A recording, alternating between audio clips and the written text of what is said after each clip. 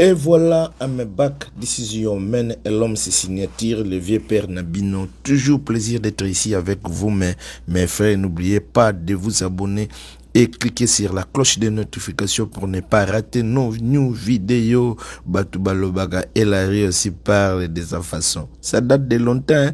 Barimer, Tares. Que célibataire en fait.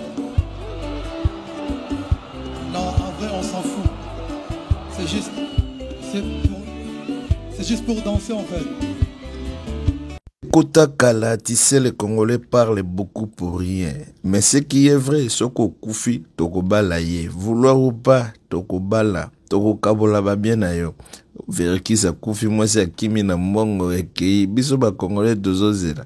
To souhaiter liwa motote, mais l'histoire nous dit Abraham Makufa, Nebuchadnezzar Kuta Kufa, moi si na ya baba bala ye, et bongo yo. Mako bala mama molakisi bo papa ya kenda gava bongo yo tozo zela yo kende bongo sentir awa pe balobi okufi orate sukaina sakana na otango zana bomoe. Ici chez les vieux pères basole bandi ekotika la vérité oboyi ekotika la vérité soko okei a mokili kokufa te po yo okei bato bakenda batika mokili bavie eza kokontinue tala kingi Kester mosi ya Kester auti kobala libala sika abosani nyonso mais c'est la vie bazalaki kitoko na Kester mais tala tiki bana na nsima papa mosusu aye kobokolo bana soki babien ezalaki nde bakabolaki babien takos ozalaka ngele sinon tozoseka liwa bato te mpo eza makambo mokili ainsi va la vie eza baréalité oyo biso nyonso tofifaka revenons na mouton lisono na biso ya lelo eza ndenge nini toleka.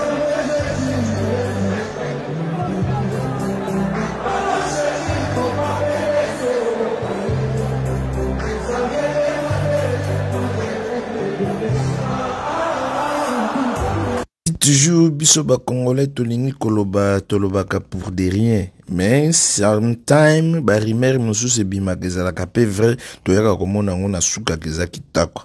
Ah, c'est ça. Mais boyeba que la vie continue. Aussi longtemps toza na souffle de vie eza ko continuer ba o bakei bakende ko pema na kimia bazala na bango posé biso pe tokoya kaka.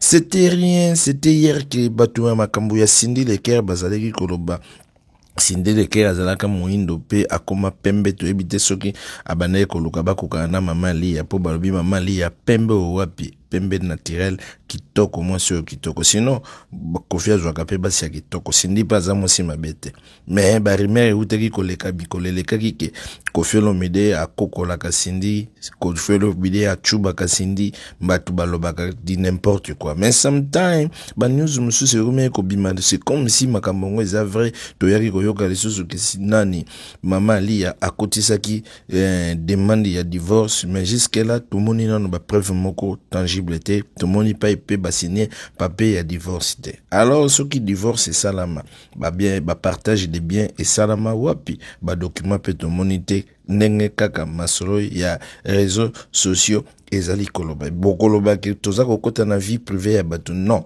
eza vie ya star na biso Kofi Olomide il faut toyeba po soki akei toyeba babien ekotika na ndenge nini kuna pe Cindy Leker mama mokonzi to utara secret kobima kaka age pezo kende ata après 20 ans tokoyeba toza kaka awa Cindy na Alia bomana na bango eza bien géré mais Cindy qui en profite beaucoup pour ndenge toyebi vieux père alingi kochuba et Cindy azalaka toujours na le vieux père à tout moment c'est-à-dire barimer o eza koleka na réseaux sociaux eza koloba mwa makambo ebele vieux père kuna kendaki na États-Unis esika pifala beta concert kitoko et tout d'un coup toyoko mona Cindy Leker asali message moko ya encouragement toleka.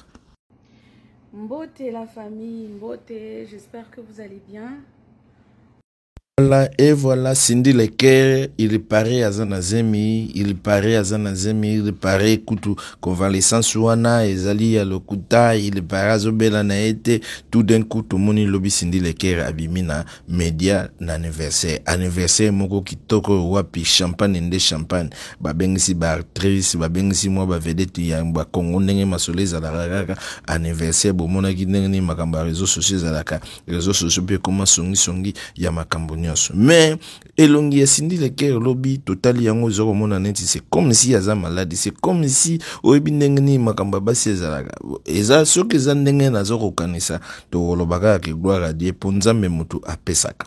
Mais il faut koyeba beke les vieux pères comme déjà na 66 ans soki azoko continuer ba faire, c'est-à-dire il faut boyebaka eza ndenge nene en cas de biso tokobala poto mona ebele ndenge na uti kolobaki mwasi akingi Kester abali biso pe tokobala tala mwana papa ya verkisi sikoyo bakomi koluka ndenge nini akokunda ye mama bana akimi na mbongo eza ndenge nini Cindy Leker oyebaka ndenge nini masolo ezokende otalaka kote oyo le plus fort ya yo eza ndenge nini mayele lekaka mingi olembisaka mwa poudre ya solo mama li ya bekuna makambo eza ndenge nini tozo koyeba te tolingi toyeba divorce esalama te boza kaka à suivre dossier à suivre.